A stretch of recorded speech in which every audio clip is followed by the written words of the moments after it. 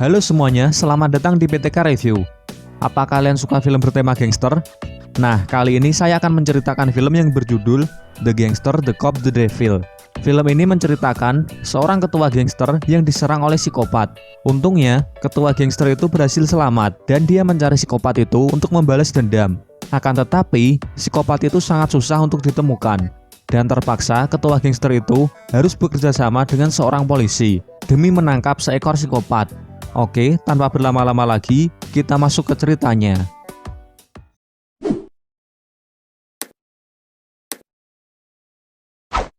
Cerita diawali dengan diperlihatkan seorang psikopat yang sedang melakukan pembunuhan. Keesokan harinya, ditunjukkan seorang polisi yang bernama Jung Tae-soo. Dia berada di TKP dan menyelidiki kasus pembunuhan itu. Saat di kantor, Jung Tae-soo menyimpulkan kasus ini adalah pembunuhan berantai karena sudah ditemukan 3 korban dengan luka yang sama, yaitu mereka dibunuh dengan sebuah pisau. Jung Tae-soo juga menambahkan, pembunuh ini membunuh korbannya secara acak dan tidak ada motif yang jelas. Scene berganti pada seorang ketua gangster yang sangat terkenal dan sangat dihormati. Dia bernama Jo Dong-soo. Dong-soo saat itu sedang bertemu dengan rivalnya yang sesama ketua gangster yang bernama Sang-do. Dalam pertemuan itu, mereka membuat sebuah perjanjian bisnis. Setelah selesai membuat perjanjian, Dong-soo lalu pulang. Saat mau pulang, Dong-soo bilang pada anak buahnya ingin pulang sendiri. Namun karena cuaca yang sedang hujan lebat, anak buahnya melarangnya dan dia ingin mengantarnya. Akan tetapi, Dong-soo menolaknya dan dia ingin tetap pulang sendiri. Saat di perjalanan, mobil Dong-soo ditabrak oleh seseorang. Orang itu lalu turun dan meminta maaf pada Dong-soo. Dong-soo yang melihat mobilnya tidak apa-apa, dia lalu menyuruh orang itu untuk pergi. Saat Dong-soo mau masuk kembali ke mobilnya, tiba-tiba orang itu menikamnya dari belakang dengan sebuah pisau. Dan ternyata, orang itu adalah psikopat yang melakukan pembunuhan di awal film tadi. Untungnya, Dong-soo dengan ilmu bela dirinya, dia berhasil melawan psikopat itu dan bertarung habis-habisan. Namun karena Dong-soo yang kehabisan darah akibat tikaman tadi, dia tidak bisa melanjutkan pertarungan. Akan tetapi, Dong-soo sempat memberi luka tusukan di dada psikopat itu. Psikopat yang juga terluka, dia memutuskan untuk melarikan diri. Dong-soo pun harus dilarikan ke rumah sakit untuk melakukan operasi agar nyawanya selamat. Sedangkan psikopat itu, dia juga sedang merawat dirinya sendiri akibat luka yang didapat dari Dong-soo. Di tempat lain, anak buah Dong-soo menyerang kelompok gangster yang dipimpin oleh Sang-do karena anak buah Dong-soo mengira mereka pelakunya. Esok harinya, Dong-soo yang sudah membaik, dia memberitahu pada anak buahnya bahwa bukan Sang-do yang melakukan penusukan itu. Di saat itu juga, Jung Tae-soo datang dan menanyai Dong-soo tentang kejadian yang dialaminya. Akan tetapi, Dong-soo tidak mau menjawabnya. Di kantor polisi, Jung Tae-soo meyakinkan atasannya bahwa Dong-soo juga merupakan korban dari psikopat itu. Jung Tae-soo berpikir seperti itu karena cuma orang gila yang berani menyerang bos gangster. Dan dia yakin bahwa penyerangan Dong-soo adalah ulah psikopat itu. Di sisi lain, Dong-soo mulai mencari psikopat itu dengan caranya sendiri. Dia menggambar sketsa wajah psikopat yang menyerangnya dan menyuruh anak buahnya untuk menemukannya sebelum keduluan oleh polisi. Sedangkan para polisi juga sedang mencari psikopat itu. Polisi dan gangster mengerahkan seluruh anak buahnya untuk memburu psikopat itu. Sementara polisi dan gangster sibuk mencarinya, psikopat itu terus melakukan pembunuhan. Setelah pencarian yang cukup lama, akhirnya anak buah Dong-soo menemukan pisau yang digunakan psikopat itu untuk membunuh dan memberikannya pada Dong-soo. Dong-soo yang memiliki barang bukti, lalu dia berpikir untuk bekerja sama pada Jung Tae-soo untuk menangkap psikopat itu. Mereka akhirnya bekerja sama, namun di balik kerjasama itu, mereka memiliki tujuan masing-masing. Di sisi Jung Tae-soo, setelah dia menangkap psikopat itu, dia akan mengadilinya secara hukum dan Jung Tae-soo juga berencana akan memenjarakan Dong-soo. Sedangkan Dong-soo, setelah dia menangkap psikopat itu, dia akan membunuhnya dengan tangannya sendiri. Dong-soo yang cerdik, dia memanfaatkan barang bukti, yaitu sebuah pisau milik psikopat yang ditemukannya tadi. Lalu dia menyuruh anak buahnya untuk membunuh Sang-do, yang merupakan rivalnya, dengan menggunakan pisau milik psikopat yang ditemukannya, agar para polisi mengira psikopat itu yang melakukannya. Namun, Jung Tae-soo yang curiga, dia menyelidiki pembunuhan Sang-do dan akhirnya dia tahu bahwa Dong-soo yang melakukannya. Jung Tae-soo menelpon Dong-soo dan berkata akan memenjarakannya. Kemudian dia ke rumah Dong-soo dan mau menghajarnya. Sayangnya, dia kalah karena tubuh Dong-soo yang lebih besar. Akhirnya, mereka berdua memutuskan untuk melanjutkan pencarian psikopat itu.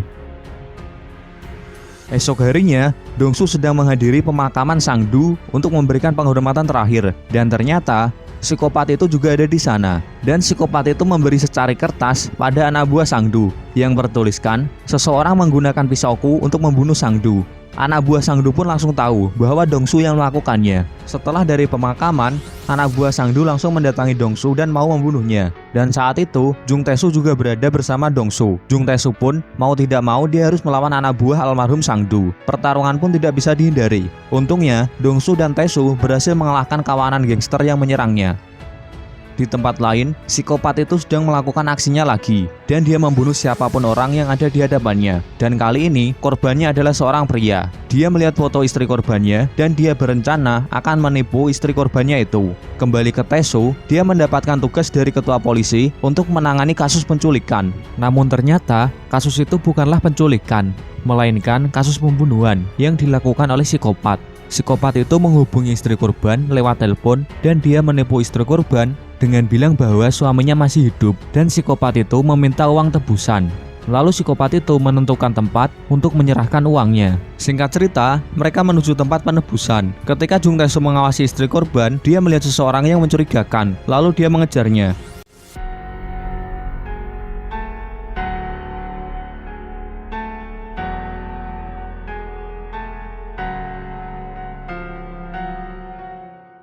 Sayangnya, orang itu berhasil lolos dari kejaran. Untungnya Jung Tae-soo berhasil menemukan bekas botol minum orang tadi.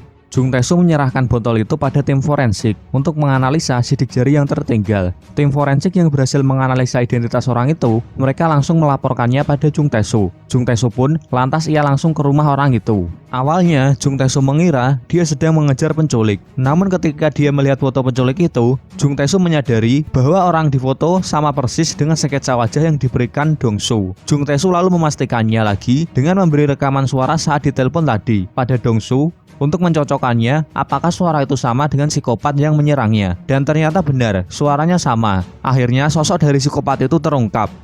Setelah mengetahui identitas si psikopat, Jung Tae-soo dan para gangster akhirnya bekerja sama untuk melakukan pencarian besar-besaran pada semua tempat yang diduga sebagai tempat persembunyian psikopat itu.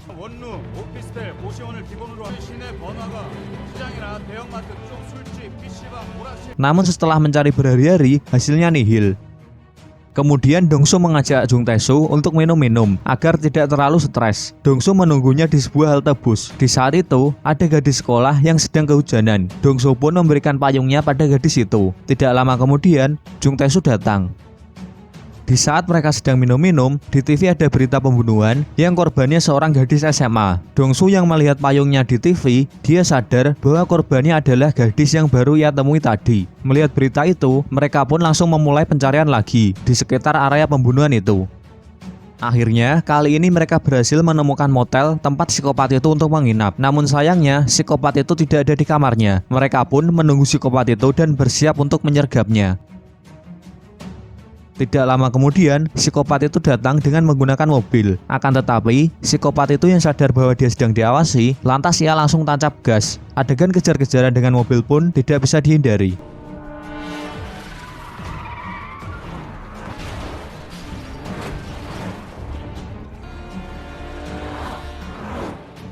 Setelah susah payah mengejar, akhirnya mereka berhasil menabrak mobilnya. Namun ketika Dongsu dan Jung Tae-soo melihat mobil itu, psikopat itu sudah tidak ada. Dan ternyata psikopat itu sudah lari. Mereka pun mengejarnya.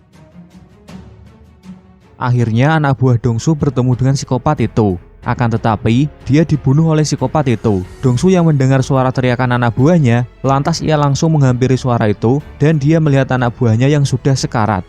Sebelum mati, anak buahnya menunjukkan tempat psikopat itu lari. Dongsu pun langsung bergegas ke sana dan dia sampai di tempat karaoke. Dongsu dengan cerdik, dia melihat ada pemandu karaoke yang sedang ketakutan. Dia pun langsung ke ruangan itu dan akhirnya bertemu psikopat itu dan menghajarnya sampai babak belur. Kemudian Dongsu membawa psikopat itu ke tempatnya untuk disiksa. Saat dia mau menghabisi psikopat itu, Jung Tae-soo datang dengan membawa mobil dan menabrak Dongsu hingga pingsan. Jung Tae-soo pun membawa psikopat itu untuk diadili secara hukum.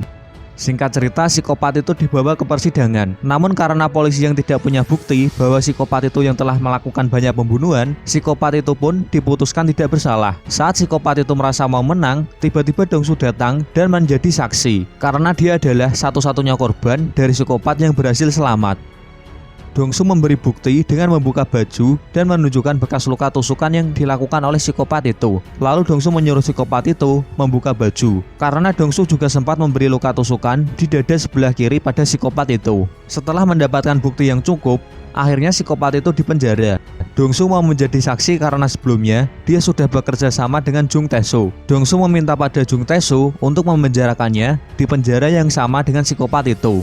Dan akhir dari film ini, Dong-su dipenjara di tempat yang sama dengan psikopat itu, dan dia bisa membalas perbuatan psikopat itu. Di lain sisi, Jung Tae-soo mendapatkan penghargaan karena telah berhasil menyelesaikan kasus pembunuhan berantai. Oke, sekian pembahasan film kali ini. Jika teman-teman suka dengan video ini, silahkan like dan share. Atau teman-teman juga bisa memberi saran dan kritik di kolom komentar. Oh iya, ada satu pesan di film ini, yaitu jangan jadi psikopat. Oke, itu saja. Saya pamit dulu dan sampai jumpa di video-video selanjutnya.